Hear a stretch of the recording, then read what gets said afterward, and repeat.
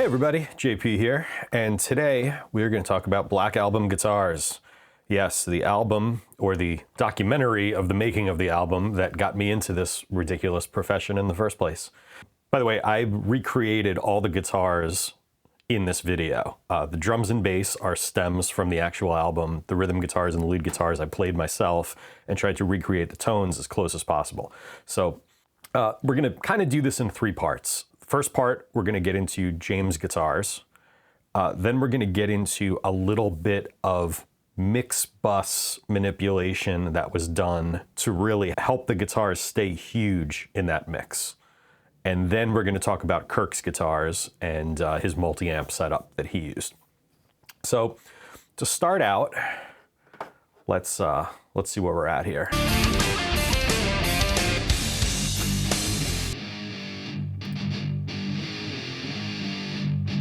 So those are our main rhythm guitars. And mute the room for now.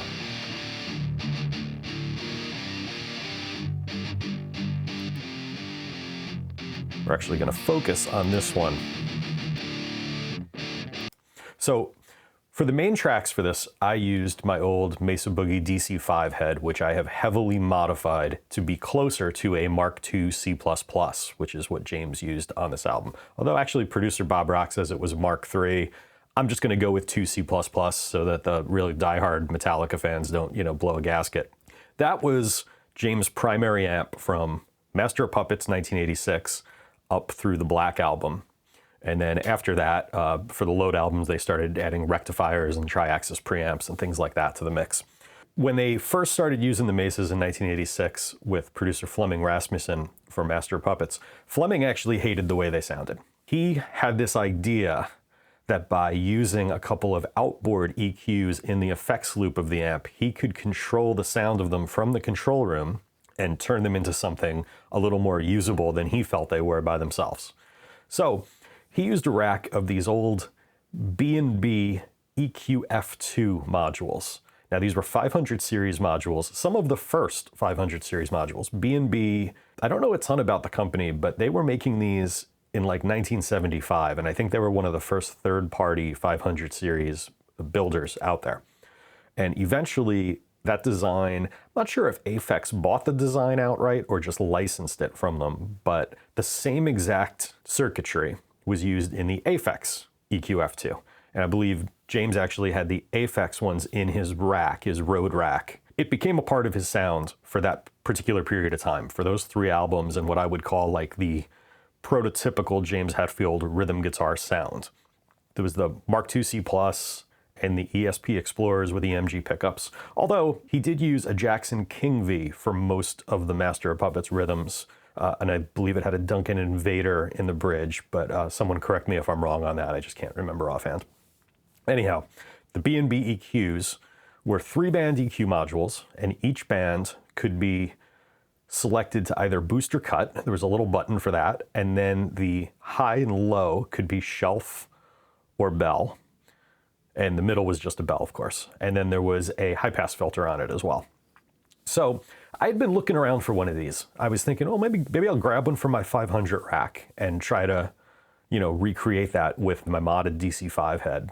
And then in the process of doing so, I came across this awesome company called Master Aphex from Canada. I think they're in Calgary, Alberta, Canada.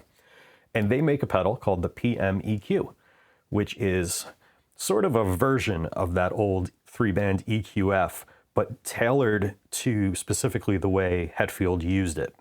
So this is a low frequency in boost only mode, and he boosted about 6 dB of 120 hertz with that. Mid is cut only. So even though it looks like it's up, it's actually only cutting. And it's cutting at about 1.2K. And then the high frequency is a shelf, and we are boosting considerably. It's like an 8 dB boost at about 4K, starting at about 4K. And James actually used 2 of the B&B EQs, or Aphex EQs, in his rack. And the second one was used for an additional mid cut at 900 hertz, I believe. And then an additional high frequency shelf boost at 6K on that. So you sort of had these overlapping boosts and cuts from the second unit. My understanding is that was incorporated into this pedal so that you only needed to use one pedal to accomplish that.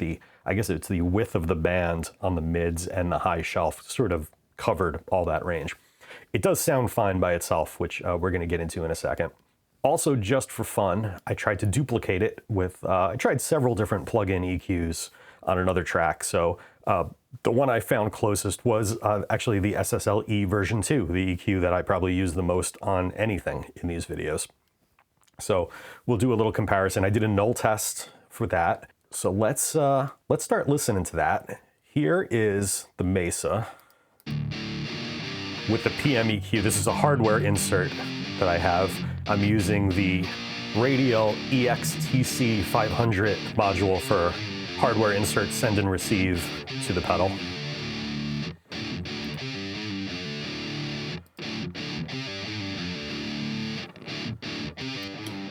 That's with the pedal turned off. So that's just the amp, that's the DC5 by itself. I'm playing my Gibson V with an EMG 81 in the bridge.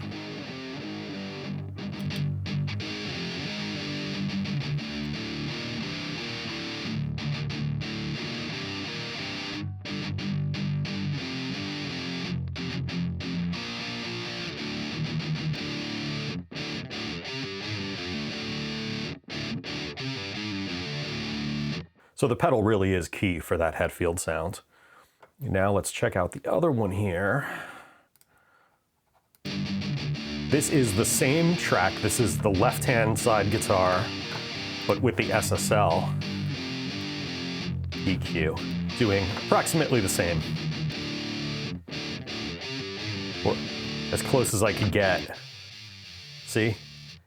That's our null. That's as close as I could get them to null. And that's pretty impressive.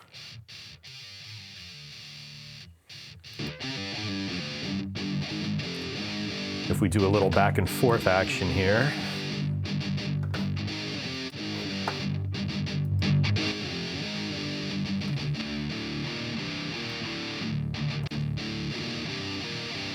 So the PM EQ track is a little more aggressive. It's got a little more crunch. And my understanding is that's due to the input gain buffer amplifier on the input of the pedal, which is modeled after the original 500 series unit. So there's a little bit of gain going on in there that sort of adds to the crunch. And I think that's really important. So I think that's the main difference. You could probably come close to this with a number of EQs. I did try an API 550 and it didn't do it as well as the SSL. That was my first choice because I thought the API was going to nail it, but I was wrong.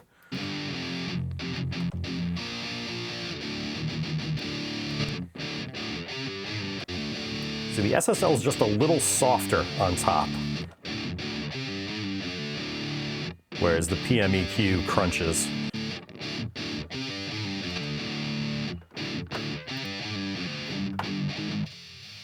But it's a pretty impressive null test. You can really hear the difference in terms of that extra something, a little bit of teeth that the PM EQ pedal really adds. But still, for the purposes of our video, I'm using the PM EQ track on the left, because I only have one of them, so I can't do them for both. And on the right, I'm using the SSL. Don't need the phase flipped on that one.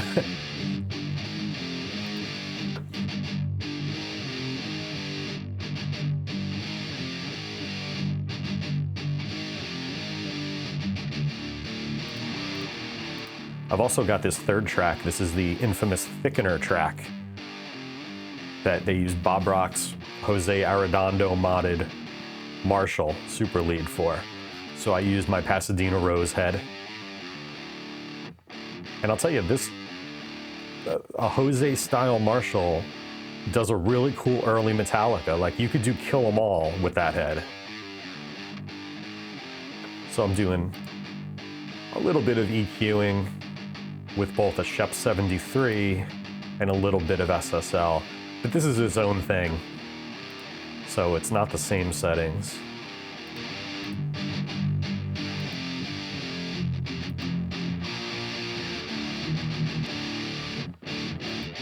Just like the name implies, it really does thicken things up.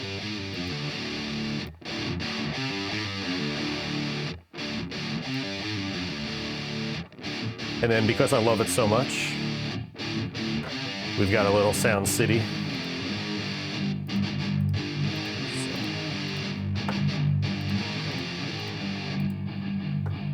That's my Sound City room, because we know they used a room mic. I've got a pair of U67s. And I'm compressing it a bit with the crush mode, the Dolby A crush feature. That's without it.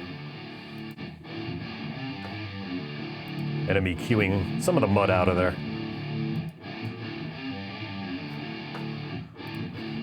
But we know that they worked really hard to get the right room sound on that album for the guitars.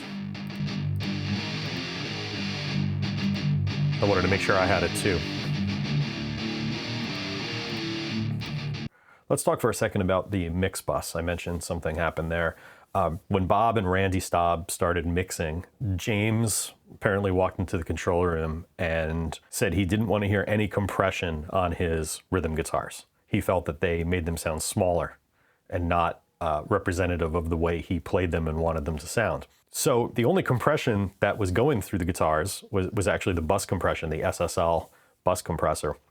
So because the drums and bass were so big on this album, bigger than previous Metallica albums, it was sort of pulling down the guitars because of how hard the bus compressor was reacting to the low frequencies of the bass and also the impact of the drums. This was a little bit of a conundrum because that bus compressor is obviously a huge part of the overall SSL sound and something that both Bob and Randy loved. But what worked out was they were at A&M Studios, which is now Henson Studios, I believe. And they were mixing, it wasn't an SSL 4000, it was a 6000, which was a film or broadcast version of the 4000. And what this had that the 4000 didn't was it had 3 stereo buses that then fed into a master bus. Whereas normally the SSL, it just has a stereo bus and you've got your track outputs that could be used in like a sub-mix sort of way. But the 6000 made it a whole lot easier. And now it's kind of a standard to see consoles with multiple stereo buses in it, like an A, B, and C, and then, you know, a mix bus or a final bus or whatever you want to call it.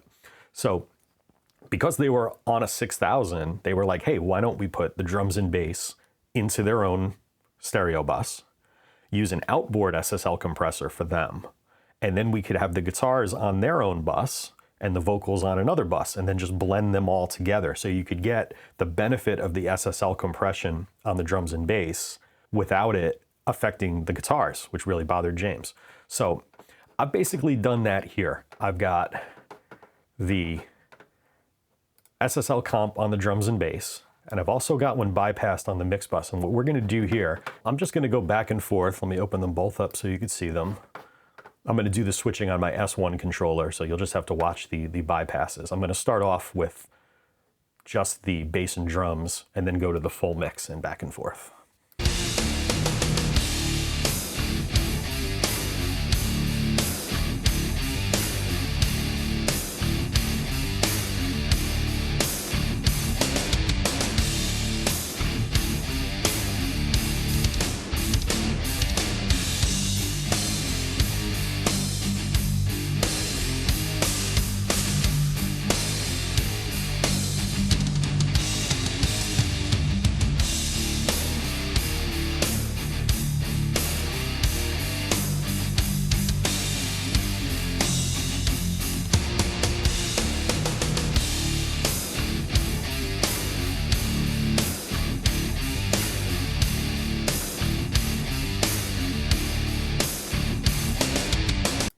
So you get the idea. I can hear that both the attack of the guitars and the size of them stays a lot firmer. Probably the best way to describe it. The overall like height of the guitars stays, in my mind, it's like the shoulders stay strong, whereas when you're compressing the overall mix, they kind of slope a little, you know, if that's, I'm just trying to describe it as best as I can. But it's a subtle difference. Again, their settings may have been more different. I'm sure that they then went in and really tailored the settings to the drums and bass, whereas they might not have done it the same way on the overall Mixbuss. So now let's talk about Kirk's parts and dive into them a bit.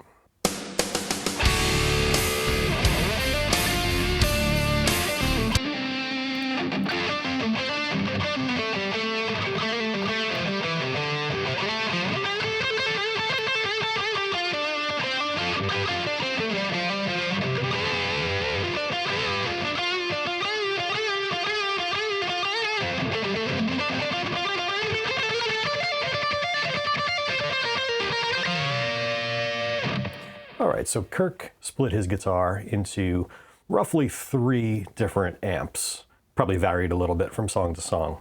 But I basically played this lead through a DI and then reamped it through my DC5, set more towards Kirk settings, a little more mid-range than James.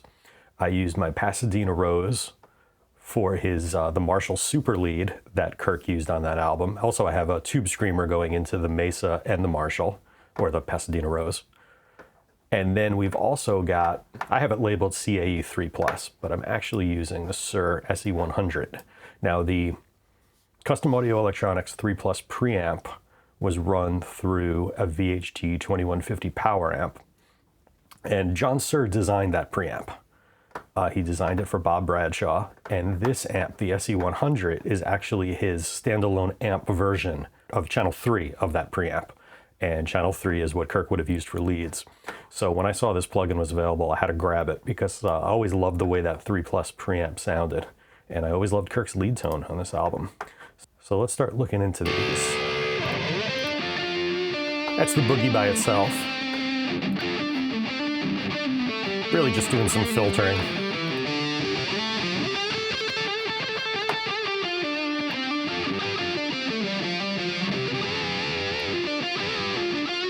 Might sound a little better, actually.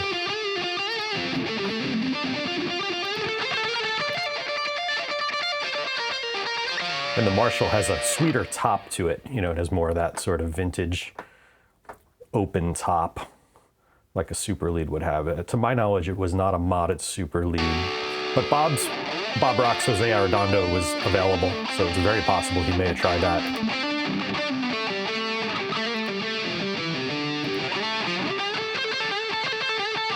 And then we add the 3+.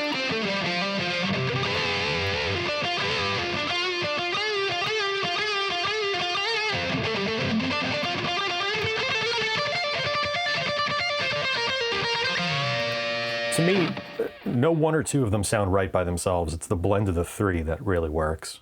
I think I got a little EQ going on there.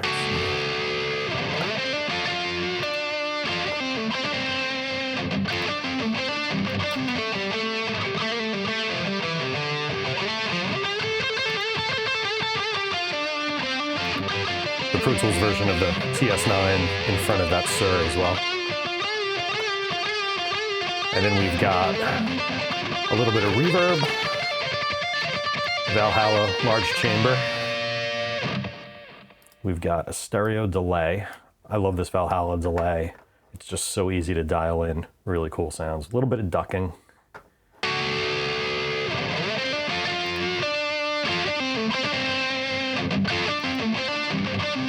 And the delay is going into the reverb a little bit too. That's without the reverb. And micro pitch, which was essential at that time.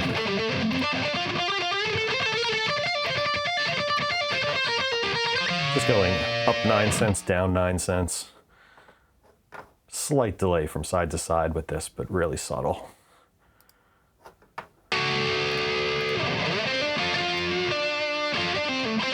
I keep the micro pitch tucked back.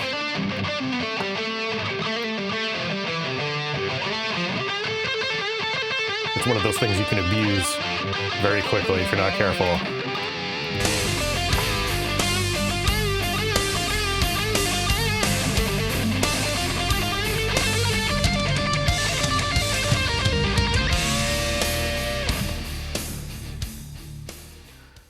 So yeah, that's my little Black Album guitar overview. I might do one on the cleans because I've always loved Hetfield's cleans on that album in particular. So we might go into that at some point in the future. But I'm gonna have to get my hands on the AMS 1580 delay. They use that for the chorus on the clean guitars, and it's pretty essential to that sound, very essential, along with the Roland JC120 amp. Also, if you listen really closely to one of the tracks on that album, Don't Tread on Me, you will hear chorus on the heavy guitars. And I remember like doing a double take the time I noticed it. But yeah, something about the guitars on that song, they decided to go with the chorus. And I have to think it's probably also from the AMS 1580 delay, because I know Bob Rock was a huge fan of that. But anyhow, that's a story for another day. Maybe we'll touch on that sometime too. All right, so man, I hope you all dug this and learned something as always. Please like, comment, subscribe, all that great stuff. I love your feedback, and I can't wait to get some of it. All right, thanks a lot, guys. Talk to you soon.